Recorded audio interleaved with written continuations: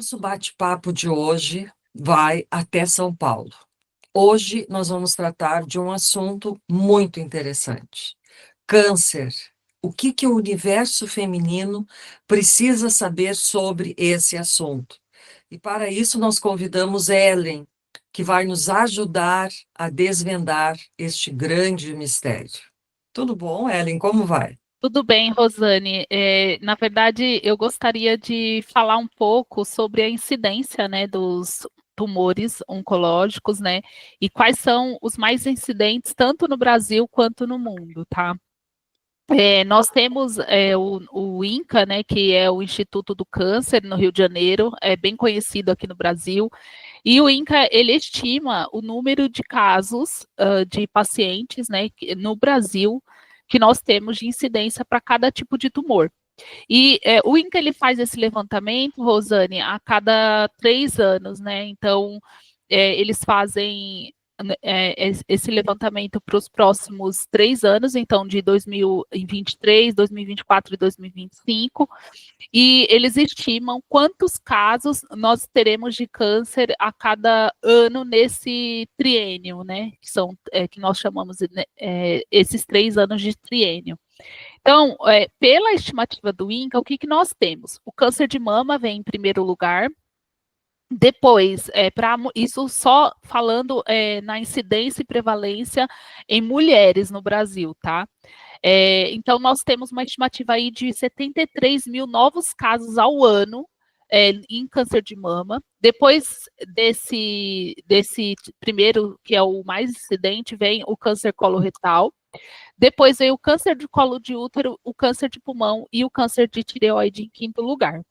Quando a gente fala, Rosane, da estimativa no mundo, né, a gente tem a OMS, que é a Organização Mundial da Saúde, e as últimas estimativas que eles fizeram foi de 2020. E nessa estimativa, a gente tem praticamente a mesma sequência: mama, colo retal, pulmão e colo de útero, mas em quinto lugar, na estimativa mundo, a gente tem o câncer de estômago, ao invés do câncer da tireoide, que é o caso aqui do Brasil. Então, esses são os principais tumores que hoje acometem a população feminina, tanto no Brasil quanto no mundo. Tá, e assim, ó, o câncer de mama, quais são, o que leva, né? A gente sabe, tem aquela coisa básica de cuidados, mas o que tu pode passar, assim, para essas mulheres que estão nos escutando? Tá? Então, Prevenção. sobre prevenção, né? Então, a primeira orientação que nós temos é uma orientação de autocuidado, né? Que a gente ouve falar bastante até nas mídias, jornais, que é o toque das mamas. Então, esse exame de toque, ele é muito relacionado com um cuidado preventivo para a mulher, mas ele não é considerado um exame de rastreamento, tá? Então, a gente tem aí duas diferenças entre os termos. Uma coisa é o autocuidado e a outra coisa é o rastreamento, tá? Então, por que o autocuidado e o toque das mamas ele é indicado? Porque quando a mulher ela se autoconhece, ela palpa as mamas com uma frequência aí que geralmente era indicado para ser feito mensalmente, mas sempre que possível, e ela encontra, né, um nódulo nas mamas, a chance de cura no tratamento quando a mulher descobre o diagnóstico precocemente, as taxas de cura são muito mais altas, né? Então, esse exame de toque ele é altamente recomendado como preventivo. Outro preventivo muito importante, Rosane, é o rastreamento, que é quando vem o Ministério da Saúde e o INCA, e eles juntos ali com comunidades médicas, eles estabelecem um programa nacional numa faixa etária específica que a mulher deve passar. Então, o que acontece? Aquelas mulheres que elas não apresentam nem sinais e sintomas da doença, mas elas já estão numa faixa etária de 50 a 69 anos, recomenda-se que ela faça a mamografia a cada 2 anos. Então, também é um preventivo, porque a mulher ela não está com sintomas e nem sinais da doença, mas fazendo a mamografia, a taxa por exemplo, encontrar um tumor em suas fases precoces, né, acaba sendo um pouco mais alta, e aí a paciente tem mais taxa de cura também. Então, são 2 preventivos importantes. Fora, agora só para complementar aí a resposta, né, da sua pergunta, quais seriam os preventivos? A qualidade de vida, né, os hábitos saudáveis mesmo. Fatores de risco muito importante para o desenvolvimento do câncer são o tabagismo, consumo excessivo de álcool, a obesidade. Então, para o câncer de mama, o que é indicado é o estilo de vida saudável, que a gente sempre repete isso, de modo geral, para todos os tipos de cânceres, mas é o que realmente acaba acometendo. E também nós temos os fatores hereditários também, que a gente pode aprofundar mais para frente. Uhum. Mas hoje fala-se muito em epigenética, né? Que a gente pode Isso. mudar toda essa questão hereditária. Então, a pessoa pode fazer essa escolha de querer ou não mudar. Eu acho que isso é um ponto interessante a gente poder abordar também. Então, a questão genética, ela funciona hoje da seguinte forma, tá? A gente tem 2 termos que às vezes se confundem muito aí na oncologia, né? O termo genética e o termo hereditariedade. Quando a gente fala em genética, a gente está falando de possíveis mutações no DNA de uma célula ou em genes específicos das células de modo geral. E essas mutações, elas podem ocorrer em qualquer momento da vida, tá? Ou devido também ao contato com esses fatores de risco que eu comentei, né? Os contatos ao longo da vida. Agora, quando a gente fala em hereditariedade, é quando um dano genético, né, ele foi passado ali de pais para filhos quando gerados. Então, um exemplo no câncer de mama, Rosane, é o gene BRCA1 e BRCA2, que é aquele gene que se ele for encontrada a mutação, há a possibilidade da paciente desenvolver o câncer de mama, ovário, e também até em homens, né, desenvolve-se aí o câncer de próstata. Então, é aquele gene que foi encontrado no caso da Angelina Jolie, e ela optou, então, né, por fazer a retirada das mamas para evitar o risco aí do desenvolvimento do câncer. E também a paciente pode buscar um aconselhamento genético. Então, se ela perceber que na família tem alguns casos, né, com maior frequência, aí ela pode também buscar um aconselhamento genético para ver todo o seu painel genômico ali, para poder ver se ocorre ou não o risco de ser acometida. Tá, mas então todo câncer ele pode ser hereditário ou não, como o de Não, mama? na verdade, assim, no caso do câncer de mama, a gente tem uma taxa aí muito pequena de fatores hereditários. Então, é mais ou menos de 5 a 10% dos casos, nem é um dado muito preciso, porque acaba sendo controverso de uma literatura para outra, mas a grande maioria dos tumores de câncer de mama, eles não estão relacionados a fatores genéticos. Eles vão estar relacionados justamente com o estilo de vida. Então, a maioria tá assim, praticamente aí 90% dos casos é relacionado com o estilo de vida, não é relacionado com hereditariedade. 90%? Se a gente for Tá. falar assim, E por alto, né? eu acho muito importante a gente falar numa outra questão emocional. Então, o câncer de mama relacionado àquela mulher que foi abandonada, que ela foi rejeitada. Então, eu já ouvi muitos relatos de histórias de médicos, de profissionais que colocam que sim, que existe essa realidade. Aí eu queria que tu abordasse um pouco sobre esse ponto. Tá, então, é muito importante falar das questões emocionais na área de oncologia, porque são as questões emocionais que vão dar suporte para a paciente durante o diagnóstico, o tratamento e até mesmo o pós-tratamento. Só que hoje a gente não tem estudos, Rosane, que sejam muito precisos, por exemplo, com um grande número de pacientes que tenha sido feito essa análise comportamental, tá?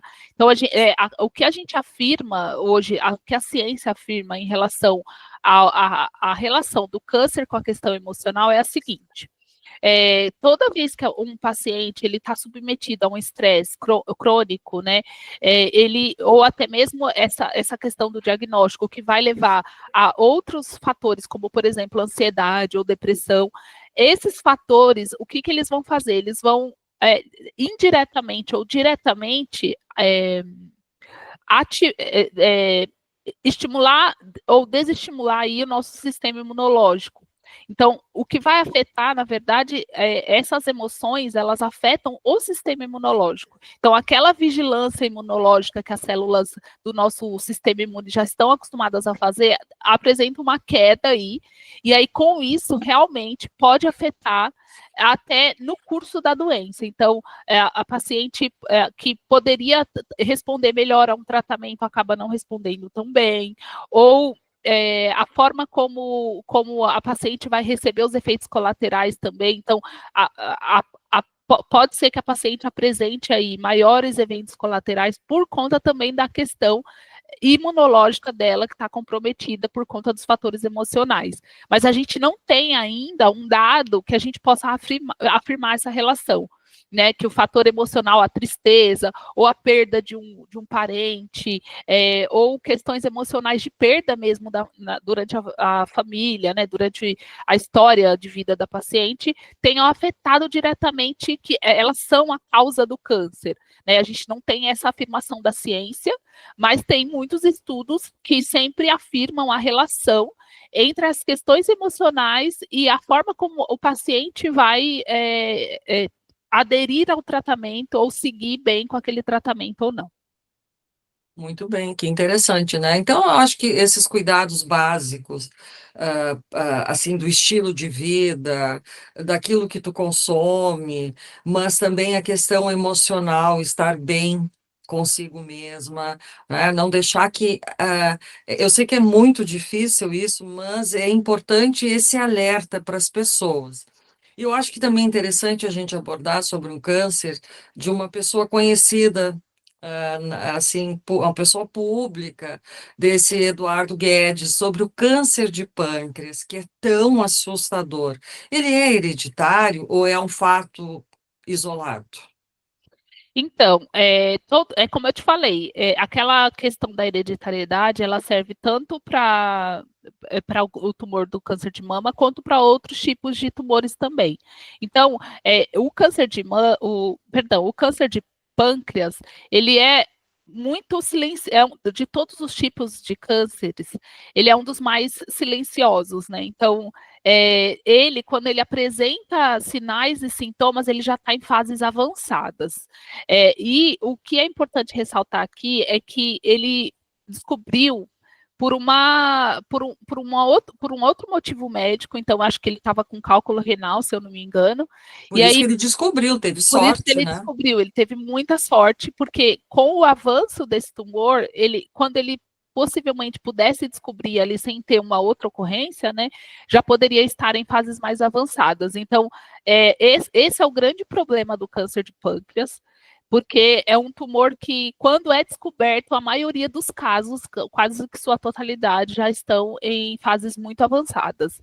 Mas assim, como eu te falei, a hereditariedade ela pode sim estar relacionada, mas nunca vai ser a causa principal nesse caso, tá? Sempre a maioria dos tumores que se desenvolvem, até mesmo o câncer de pâncreas, está relacionado com o estilo de vida. E está muito relacionado com o que a gente faz durante toda uma vida. Então, às vezes a gente começa a se conscientizar desses fatores tardiamente, mas o momento de se conscientizar é sempre agora. Então, é isso. E o que que seria o estilo de vida para esse tipo de câncer? Porque tu vê um cara jovem, né? A gente está falando do Edu, um cara jovem, saudável. A gente pensa assim, poxa, tem que estar com tudo em cima, de repente surge com essa bomba. Então, o que que seria? O que que para esse tipo de câncer? A gente não tem uma resposta precisa, né, do porquê, da causa, né, de fato, mas a gente pode pensar em possíveis situações aí. Por exemplo, na questão celular mesmo. A gente, ao tempo todo, as nossas células, elas estão se autorregulando. Então, a gente tem as células que estão se multiplicando e se diferenciando, criando novos tecidos. Então, os nossos tecidos no nosso organismo, eles estão o tempo todo se renovando. Então, a pele, as células morrem e formam-se novas células. Mesma coisa no pâncreas, que é o caso dele. Só que tem células que elas acabam se multiplicando com defeitos, com alterações genéticas mesmo, alteração no DNA. E aí existem mecanismos para corrigir essas falhas. Nós temos mecanismo em todas as nossas células de correção. Só que algumas células acabam passando e não tendo essa correção. Então, é aí que a gente tem o problema do desenvolvimento do câncer. Então, às vezes a gente... por que isso aconteceu? Aconteceu porque uma falha não foi corrigida no nosso organismo. E aí aquela falha ela só se perpetua para as novas células ali que vão se multiplicar. Nós estamos falando aí de sorte, então. Isso, a gente... Isso é uma loteria. Não tem como tu cuidar desse fato. É difícil até os próprios médicos mensurarem de onde veio, como que causou, né? O que eles conseguem ver na hora que diagnostica é em que estágio que aquela doença está. Se ela está numa fase mais avançada, se ela está numa fase mais precoce, e daí, a partir da fase que a doença se encontra, é possível definir a melhor conduta. Mas a causa em si, a gente tem aí vários fatores que se unem, e a gente, até por isso que a gente chama o câncer de uma doença multifatorial, né? Quando a gente fala assim, o câncer é uma doença multifatorial, é porque ela está relacionada com diversos fatores ao mesmo tempo. Eu não tenho um fator só que vai levar ao câncer. Não é só um dano genético, por exemplo, ou não só a hereditariedade, ou não só a má alimentação, não só a exposição ao álcool, não só, entendeu? Então, tem vários fatores que podem desencadear essa desregulação celular que vai provocar aí uma proliferação descontrolada da célula e aí forma-se ali o tumor. Então, sabe que eu tenho visto muitas mulheres com câncer de pulmão sem fumar. Então, a gente fica pensando assim, isso pode ter sido do Covid, a pessoa teve Covid. Tem alguma relação? Porque são pessoas que não são fumantes, então a gente relaciona câncer de pulmão ao cigarro, né? Então, eu não sei se tu pode me ajudar a esclarecer um pouco sobre esse fato. Na verdade, hoje a gente não tem um estudo clínico que fale que o COVID é um fator de risco para o câncer de pulmão. A gente não tem um estudo afirmando isso. Mas o que a gente tem, Rosane, para poder esclarecer é que o vírus ou uma bactéria, ela tem relação com o câncer em alguns outros casos. Então, por exemplo, o HPV, que é um vírus, né, o papiloma vírus humano. No caso do câncer de colo uterino, ele vai ser um fator de risco para o desenvolvimento do câncer de colo. No caso da bactéria H. pylori no estômago, ela é, sim, a existência dela no estômago é um fator de risco para o desenvolvimento do câncer de estômago. Então, existe essa relação da bactéria ou do vírus ser o que vai causar, provavelmente, aí um fator de risco, né, para o desenvolvimento do câncer. Mas no caso do pulmão, a gente ainda não tem essa afirmação. Tá. Tá? E o que tu teria mais para abordar sobre esse tema de estudos? Tá. Então, acho que o mais importante é falar sobre rastreamento. Eu acho que isso é um tema que é falado, né, na comunidade médica, mas para chegar para a população em geral, para mulheres, é muito importante. Por quê? Porque o termo rastreamento, Rosane, ele é usado para o diagnóstico quando você está bem. E quem procura o médico quando está bem? Né? Então, quase ninguém procura o médico quando não tem sintoma, não tem sinal.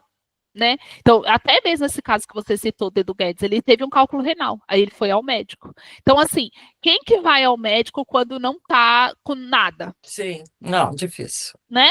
Então, mas o rastreamento do câncer, ele serve justamente para isso. São programas que o próprio Ministério da Saúde e a própria o INCA, tem também outras sociedades médicas que estabeleceram aí esses programas para os tipos de cânceres mais incidentes. Então, mulheres de 50 a 69 anos, mamografia. No caso do câncer de colo uterino, o Papa Nicolau é o exame de escolha, né, para mulheres que elas façam também com frequência, independente de ter sinais e sintomas. Por quê? Porque o Papa Nicolau é um exame que vai diagnosticar também precocemente qualquer alteração no colo do útero. Outra recomendação importante aí também é em relação ao câncer coloretal, tá? O câncer coloretal, no caso do rastreamento, é indicado ou o exame de sangue oculto nas fezes ou a colonoscopia.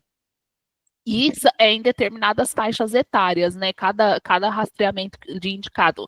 E também o câncer de pulmão. Então, todos esses cânceres, né, que têm uma maior prevalência, já existem esses programas até na saúde pública, né, na atenção primária, de que se a mulher ela está naquela faixa etária, ela já entra no grupo que precisaria fazer aquele exame, já justamente para ver se está tudo bem, para ver se não tem nada estranho,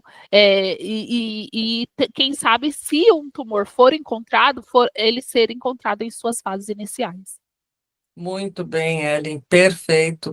Assim, ó, eu te agradeço bastante para esclarecer e tirar algumas dúvidas sobre esse tema, que sempre pode ajudar alguém que está nos escutando agora, está percebendo que tem algo diferente, está sentindo um sintoma que não tinha, então vá buscar ajuda, vá verificar, vai fazer um exame, porque muitas vezes as pessoas se assustam e não vão verificar o que está acontecendo.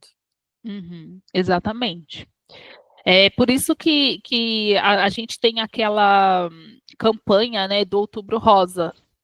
Até é legal falar um pouco dela, Rosane, porque ela se tornou uma coisa bem conhecida, uma iniciativa, né, muito conhecida aqui no Brasil e no mundo.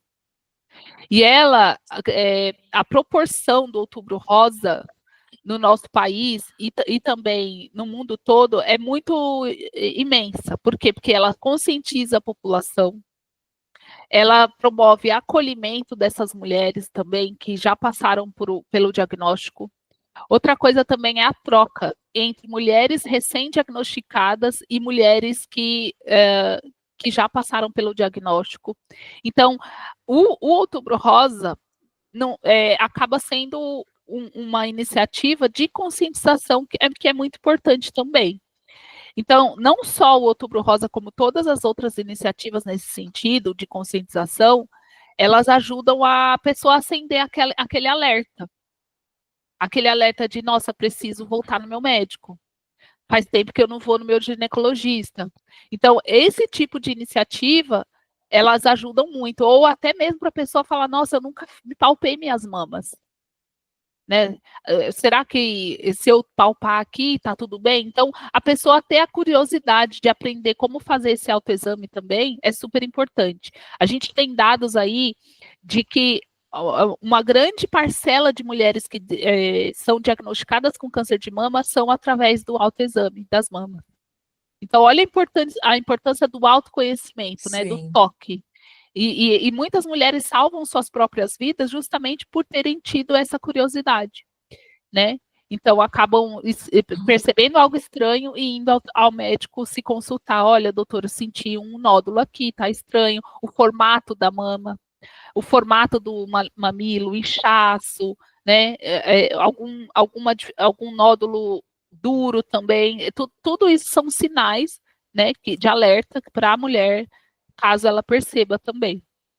Muito bem, muito obrigada, Ellen, viu, por ter vindo aqui e ajudar o nosso canal com esse tema que é tão importante e, ao mesmo tempo, tão assustador. Um grande Sim. abraço. Muito obrigada a você também pelo convite. Eu agradeço a sua generosidade também de tratar esse assunto, que é um assunto bastante sensível, mas é necessário a gente levar a nossa voz, né, para poder sempre acender o alerta. Eu acho que quando a gente usa a nossa voz como profissional, de certa forma faz a pessoa sair um pouco do que ela está vivendo e pensar numa coisa que talvez ela não esteja pensando. E não só esses casos, né, de notoriedade, porque às vezes esses casos eles nos chocam, né, como o caso da Preta Gil, do Edu Guedes, são casos que realmente chocam a população em geral. E aí quando essas coisas acontecem que as pessoas começam a pensar no assunto. Mas a gente, como profissional, a gente tem que ser voz para levar isso, propagar independente desses casos também notórios, né? E sempre estar falando para as pessoas aí sobre a importância do diagnóstico precoce. Muito bem, então. Obrigada. Tá bom? Obrigada a você.